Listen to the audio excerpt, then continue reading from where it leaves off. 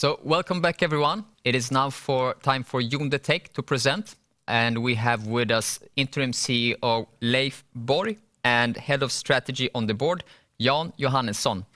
Welcome. Thank you very much. Thank you very much. Should I move? Yes. That is the first slide. My name is Leif Borg, acting CEO at JonDeTech. JonDeTech Sensors is a product and a production company based in Stockholm. We are designing our own IPs towards nanothreads technology and creating sensor elements. We have a fabless structure in the model that we don't have the long-term target to really establish either capacity or sales forces in a big amount in Stockholm. But more to that in our presentation. We can really see that our aim is to join the market with a competitive sensor element.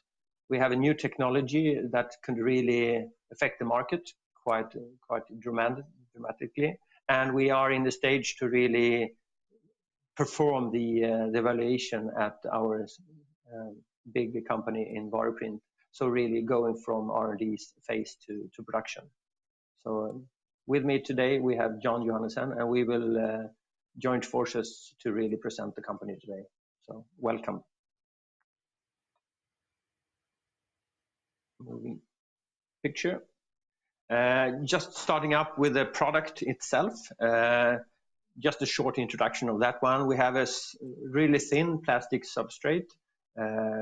It's almost an ordinary plastic material that we beam up to really create small lines or areas towards the plastic. We fill that up with nanothreads of two different metals, and we connect these bins together with a long chain to create a thermometer. So it's more or less a simple plastic membrane that we can feel the difference between the temperature on the top side and the bottom side. And this creates a signal out to an element to really start up or close a function. So it's a small membrane to really make this happen. If you look at the right corner, you can see the small element. The standard material that we have as a first product on the market is 3 x 3 mm in footprint. Small plastic substrate where we integrated the pads to connect them to the surface and mount them already without extra effort. So more about the threads and everything about the product, I leave to Jan to continue. Thank you, Leif. Yes, my name is Jan Johanneson. I'm working as the head of strategy in JonDeTech, and also quite recently elected as a board member. So as Leif's explained about the structure of the sensor itself, what is important to say as well is that we have a choice of material that excludes us from being a semiconductor player. We are not in that domain, and that is really important to state. And we believe that our customers are actually looking for an alternative to semiconductors. We base our sensor on a plastic material on two metals, and that's basically it. And then we combine that with a very complicated engineering method to make it happen, which is then part of our offering. But in the end, what we can produce in high volume, according to our roadmap, is this very, very small sensor, which is ready for integration into a customer product without any other further type of say refinement needed. So that's basically it. I think we changed the slide there, Leif, for yes. The next one. Yeah, and we go. Yeah. So I take some opportunity to present the company, and again talking about the nanothreads that we are aiming to produce in this plastic material.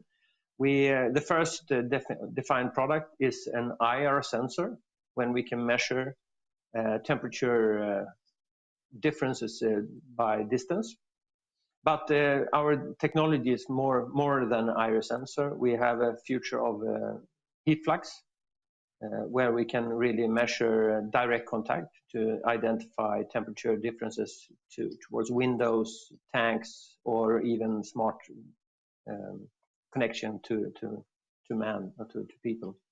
And two other areas that we are evaluating right now is TEG, energy harvest, and the possibility to meet measurement of gas sensors. But our aim right now is to go to the market with the IR sensor, the construction, and we have passed the product design that we had through an institute in Germany, 2019. We then started a tech transfer to Vator as our selected support partner. And we are now in the stage where we have moved all process steps towards Vator, and we are now turning a lot of actions towards getting the prototype production up and running. And then hopefully our time plan will be presented in the next picture. We can really say that we are aiming for industrial production in high volume starting 2022. And as you can see, the IR sensor, we have a direction towards O-film, and Jan will talk more about them. We'll support that. I will lead a little bit into this area. When I started in the company 2018, we had an institute performing the production area, and we had some small scale design houses in Scandinavia that really had a dialogue with to really make the step into the market. But when we really calculated and saw the big benefits in the high volume production, we saw that we are aiming for Asia and looking for really big OEMs, so we can see where we're heading. Companies that are really accessing the big market directly with the sales forces and everything. So one of the target was to find a really suitable partner for our lead applications, and O-film was selected during 2019, and some partnerships designed 2020. And meanwhile, where we had the confirmation that we had a high volume customer on hand, we saw that we aiming for a really high volume PCB production partner, because many of the production steps are really standard PCB steps. So we can really use and utilize existing equipment as a PCB manufacturer has. We evaluated two of them during 19 and 20 and selected Vator as a perfect partner for us to go to the market during January 2021. So with that said, I believe that we have two really good partners to show us and help us to go to the market. And to really say what's going to happen and when, we took a 2-year roadmap and really said that we have to really secure the business towards Vator. We had some really great and important milestones that we have to achieve during this 2-year period.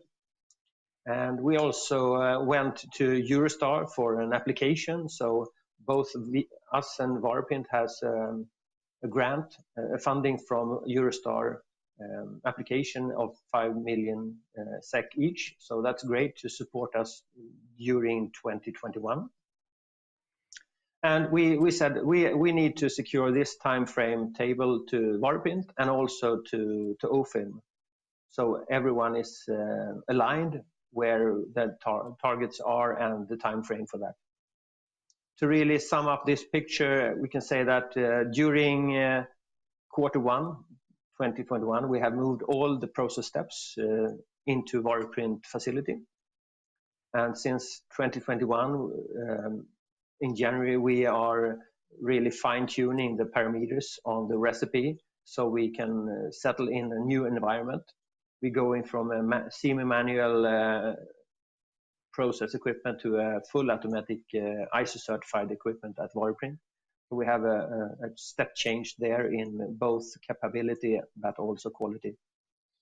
So the time frame, the arrow here shows that during this year we will have collected the first working sample from Variprint and a rather high volume of engineering samples that we can really deliver to OFILM to secure the high volume flow.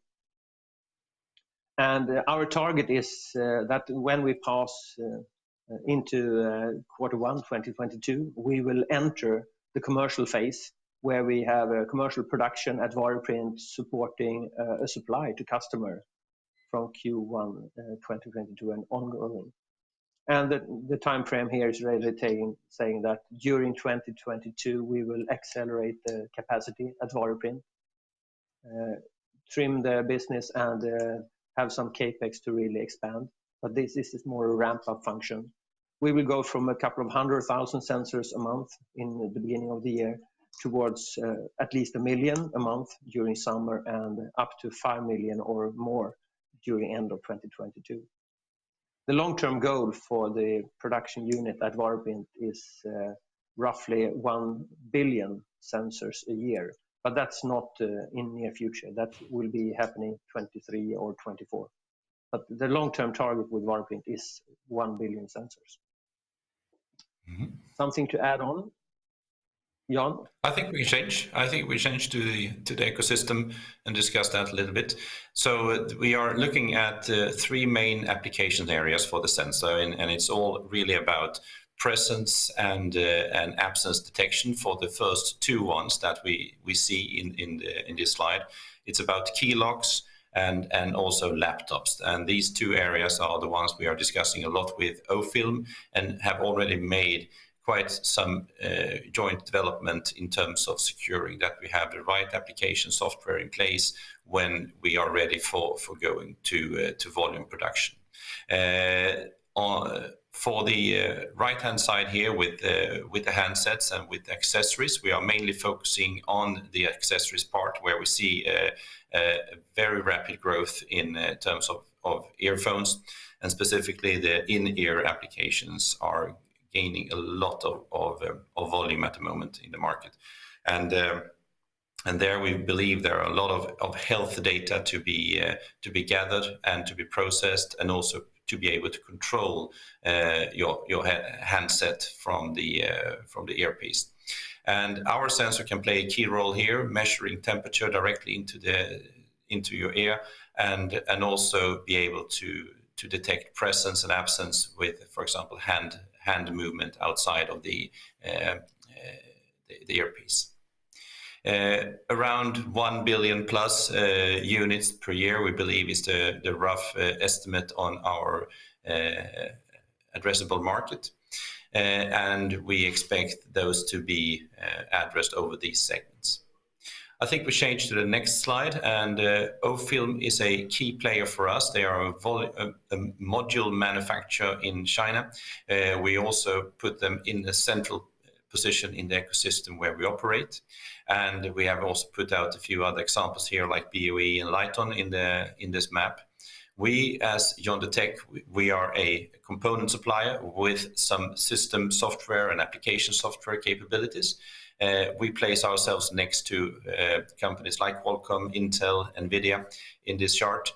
And together with the module manufacturer, we are ready to serve the OEMs out on the top end of this chart. This is a very efficient model of approaching the market. I have myself experience from other companies, including, for example, fingerprint cards, where operating in a similar mode has proven to be very efficient and yielding high volumes over time.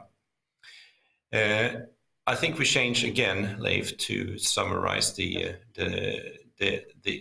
part here. And I just want to say, as I mentioned, I have a background also in fingerprint cards, and I've seen the necessary steps there and being an essential part of mapping out the strategy and executing on the strategy. So I see that we have similar challenges and possibilities in JonDeTech, not replicating exactly the same thing as fingerprint cards did, but big similarities, and that's what I bring in with my experience into the game here. And with that, I leave over to you, Leif, to end up the presentation. Thank you for the possibility for us to present the company. And I would just want to sum up that JonDeTech is a product and production company based in Stockholm. We use a fabless model to go to the market and to the really big areas. We have a IR sensor developed that we are performing now and really setting up at Vator. We have several verticals ongoing in the future, heat flow and gas sensors. But we are in a stage right now that we are going from really developing the product to finalize the production unit to go to the market. So 2021 will be a really huge and important year for us to have a good start at 2022 selling product to the market. Thank you very much. Thank you. So, thank you very much, Leif and Jan. Very interesting presentation. And also congratulations on the recent grant you got for 500,000 euros. And I would like to kick off by asking you, what are the biggest benefits, competitive benefits with your infrared sensors compared to existing in the market? Well, I would say that our customers recognize us for actually operating in the non-semiconductor area. That's one important item, as we know there is a shortage of semiconductor products in the market at the moment, and the distribution over the semiconductor market is of course big when it comes to the shortage as such. But from our perspective and our dialogues we have with the customers is that they are keen to find alternatives, and we offer something that is easy to understand and easy to apply as well into the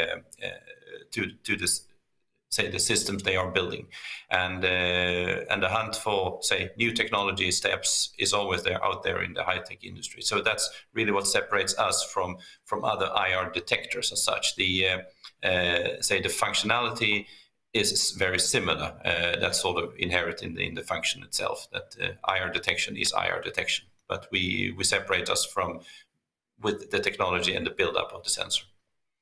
Thank you. And you have recently published your roadmap to high volume production, which is something you have not done before. Can you elaborate on why you feel comfortable going out with such a detailed plan now, and what does this mean for the company? I can say that when we take that one.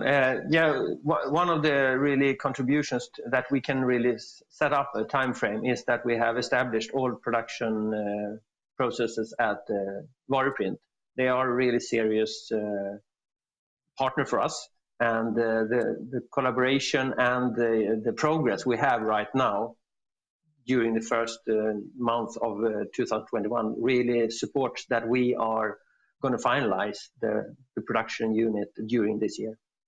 So the confidence is really coming from the partnership with Vator. Okay. I think you touched upon this in the presentation, but I'm going to repeat the question from the audience anyway. What indication can you give about when the 100 million per year volume production can be reached?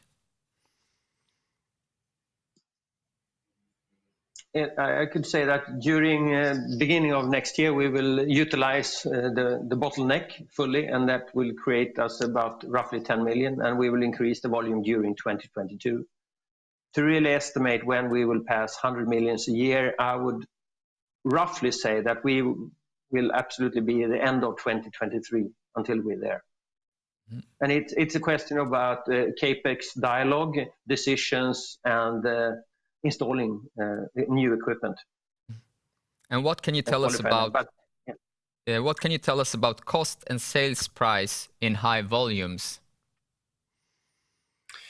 Well, we haven't commented much on that, but we have indicated that our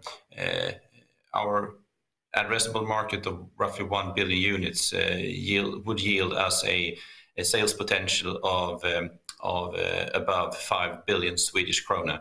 So we expect the sensor element as such, the sensing item that we sell is in a $1 price point for the IR application. The other application areas will have other price points, and there we are working clearly with value-based pricing and so on. And combining this with the volume production possibilities that we see, we expect quite a healthy business here. And we will, of course, come back to this when we are closer to production and also discuss our margin development. Thank you. So just a final question then.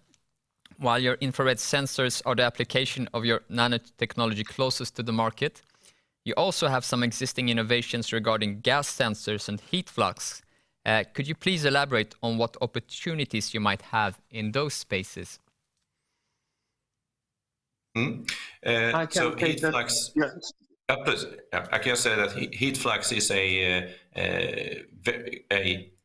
adjacent type of sensing method that we have to the IR sensor. So that is probably rather quick to implementation from where we stand today.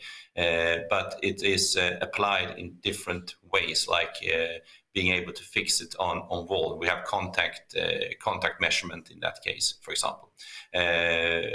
Gas is clearly a little bit further out in time, but I let that for you, Leif. Sorry, I collided with you here on commenting, but please go ahead and talk on the gas part. Yeah. Just want to add that we have an evaluation right now through a customer to evaluate the heat flux.